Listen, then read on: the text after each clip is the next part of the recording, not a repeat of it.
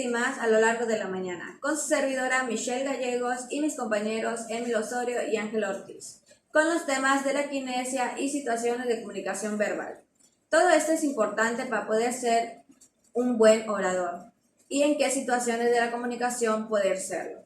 Muy pero muy buenos días. Hoy es martes 14 de octubre, así arrancamos. Uno TV te presenta las noticias más importantes de este 14 de octubre en un minuto hasta el mediodía.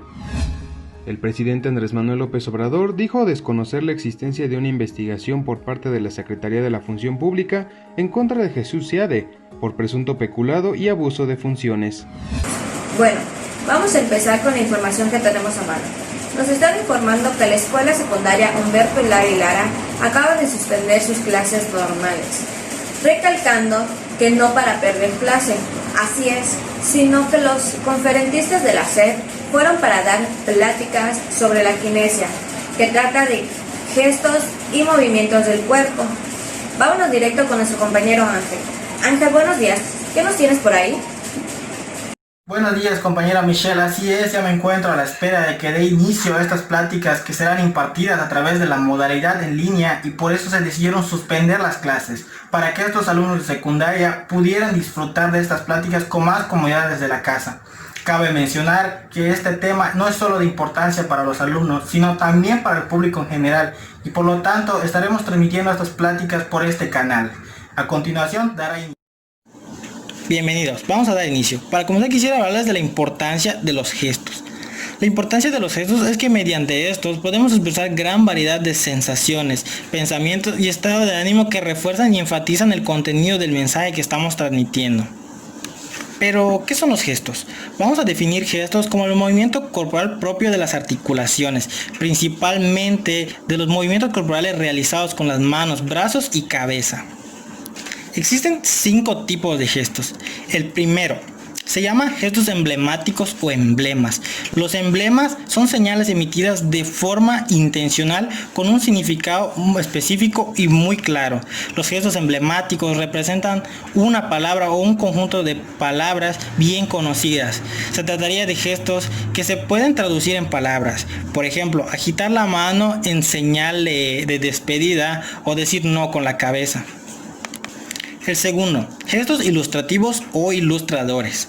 Son producidos durante la comunicación verbal y sirven para ilustrar lo que se está diciendo oralmente. Se trata de gestos conscientes que varían mucho según la cultura. Un ejemplo de esto sería como aletear la mano, dando en señal de que un lugar se encuentra muy lejano o de que, por ejemplo, algo es mucho. El tercero son los gestos emotivos o patógrafos. Estos son gestos que expresan estados emotivos y desempeñan una función similar a los gestos ilustrativos, pero no debemos confundirlos. En este caso, se parecen en que al igual que ellos, también acompañan a la palabra y le otorgan un mayor dinamismo. Sin embargo, se diferencian en que los patógrafos reflejan el estado emotivo del emisor, mientras que el ilustrador es emocionalmente neutro. Un ejemplo de esto sería que podemos denotar en el emisor si se siente triste, feliz o simplemente tiene un malestar. Cuarto, gestos reguladores. Se trata de movimientos que producen tanto el emisor como el receptor en una interacción comunicativa y que tienen como objetivo regular las intervenciones en la interacción. Un ejemplo de esto sería como dar palmadas en el aire dando a entender que el receptor debe continuar o que debe frenar. Quinto, gestos adaptadores.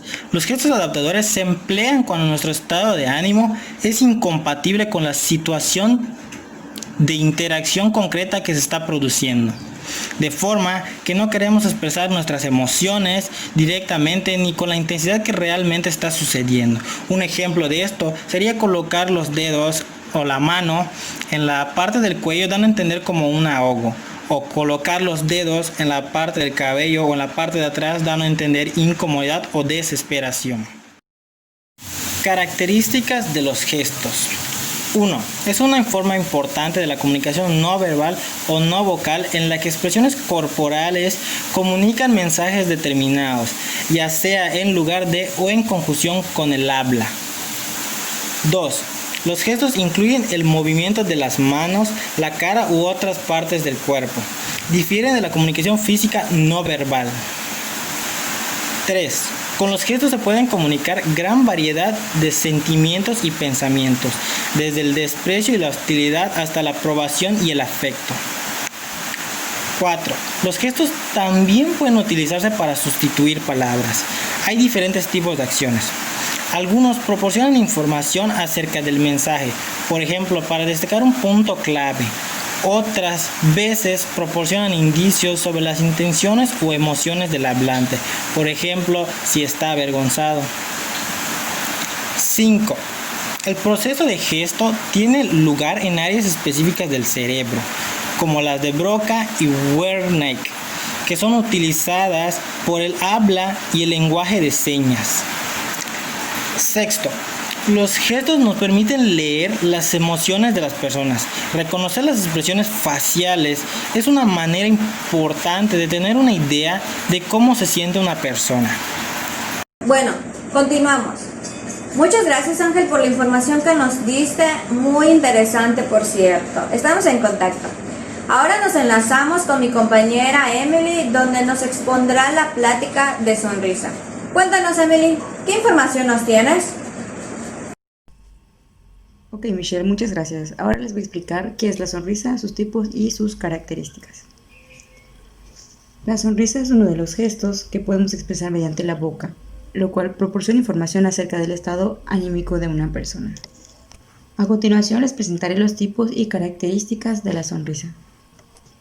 La sonrisa falsa. Su fin es camuflar y convencer al otro de que se siente una impresión positiva. La sonrisa amortiguada tiene sentimientos positivos aunque disimula la intensidad. Se aprietan los labios y salen las patas de gallo. La sonrisa burlona, también llamada la de Chaplin. Los labios se elevan en un ángulo muy pronunciado, es insolente y se alegra del mismo hecho de sonreír. La sonrisa desdeñosa es una contracción del músculo orbicular de los labios y es una protuberancia en torno a las comisuras y a veces se forma un velo, se confunde con una sonrisa auténtica. La sonrisa triste. Esta muestra emociones negativas, sin querer, oculta la desdicha, es asimétrica y prolongada. Habitualmente implica que la persona no va a quejarse. La sonrisa sincera. Esta dura más cuando los sentimientos positivos son intensos. Participa el músculo cigomático, se elevan las mejillas y salen las patas de gallo. La sonrisa temerosa. Aquí no hay expresión positiva. El músculo risorio tira de los labios hacia la oreja y los labios quedan en posición rectangular. Muchas gracias, Emily, por la información. Los adolescentes han de estar muy interesados en ella. Pero bueno, uno de los temas que también están exponiendo es de situaciones de comunicación verbal. Uno de ellos es el discurso. Pero, ¿qué es el discurso? El discurso es la intención comunicativa de convencer o persuadir. El emisor busca producir un cambio de actitud en el receptor. Un claro ejemplo es el del discurso político cuando se acercan las votaciones. Pero, ¿cuáles son sus características? Vamos a ver. Características del discurso. La primera característica con la que debe cumplir el discurso es el contexto. ¿A qué se refiere esto? A que los factores discursivos que acompañan el texto influyen en el propio discurso. Esto hace referencia al contexto comunicacional donde se produce el discurso. 2. Objetividad. Esto hace referencia a que los hechos y opiniones que se encuentran en el discurso serán tratados con objetividad por parte del emisor. 3. Universalidad. ¿A qué hace referencia esto? Que aunque el tema del discurso no sea de carácter universal, el discurso tiene que ser comprendido por el receptor. Tenemos que adecuar nuestro mensaje al tipo de receptor que nos esté escuchando. Si pretendemos cautivar a nuestra audiencia, el discurso tiene que ser comprendido. 4. Especialización. Esto se referencia a que para exponer con éxito un discurso es necesario tener dominio del tema del que se hablará. Es decir, conocer muy bien el tema que se dará a exponer en ese discurso. 5. Precisión. Se refiere a la adecuación lo más objetiva posible de la acción que se transmite. Transmitir un mensaje basado en datos claros, precisos y ordenados. 6. Verificabilidad. Esto se refiere a que el receptor tiene el derecho o puede, si quiere o tiene la posibilidad de corroborar que la información transmitida en el discurso sea real. Y por último, la continuidad. Esto se refiere a que el discurso debe tener una secuencia lógica para que pueda ser comprendida por el receptor. Seguimos en vivo. Seguramente has tenido una conversación con una persona, familia o amigo. Sin embargo, ¿te has puesto a pensar cuáles son sus características? Vamos a escuchar eso. Antes que nada, ¿qué es la conversación? Se denomina conversación a un diálogo que se efectúa entre dos o más personas para así entablar una comunicación a través del lenguaje oral, hablado, teléfono, cara a cara, en un chat, mensajes de texto, etc. Para hablar de la conversación es necesario que exista la interacción entre dos o más personas. Estos mismos dialogan para hacerlo y esperan su turno, es decir, que no lo hacen al mismo tiempo. A continuación les voy a presentar los tipos y características de la conversación. Número 1. Conversación estructurada. En esta categoría es posible encontrar los discursos o conferencias. Se trata de diálogos previamente preparados y definidos. Esta busca obtener un resultado previsto del interlocutor para que éste piense, sienta o haga algo determinado. Cada detalle del diálogo está planeado para encontrar el efecto que se ha de tener sobre el texto u otros participantes. Para que esto tenga éxito, el interlocutor deberá tener en cuenta el contexto y el ambiente en donde se encuentre en el momento de dialogar de manera adecuada, y si desea lograr diversos efectos debe ser oportuno y adecuado, etc. La conversación semi-estructurada.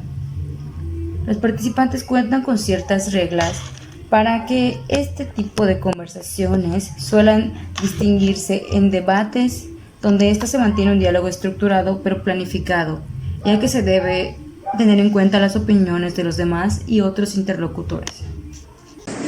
6 de la mañana con 38 minutos. El resumen final. Como pudimos haber notado, la información que nos brindaron el día de hoy, tanto a ti como a mí, como futuro profesionista, como estudiante, influye demasiado en nuestro desarrollo. No importa en qué carrera estés, no importa en dónde estés o con quién estés. Simplemente nos ayuda a expresarnos mejor, a entendernos mejor y a explicarnos con claridad. Hablar con fluidez, claro. Y como futuros profesionistas, tenemos que saber comunicarnos cuando la gente requiera de nuestros servicios. En que vamos estudiando, vamos mejorando. La comunicación oral y no verbal es muy importante para el futuro de México, para ti, futuro de México. Alzamos la voz con claridad, no nos quedemos callados, con miedo.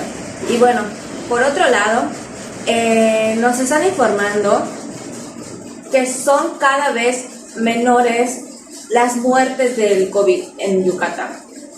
Y bueno, pues esto es todo. Esto fue toda la información del día de hoy. Nos vemos hasta la próxima. Ustedes se quedan, pero nosotros nos vamos. Hasta la próxima.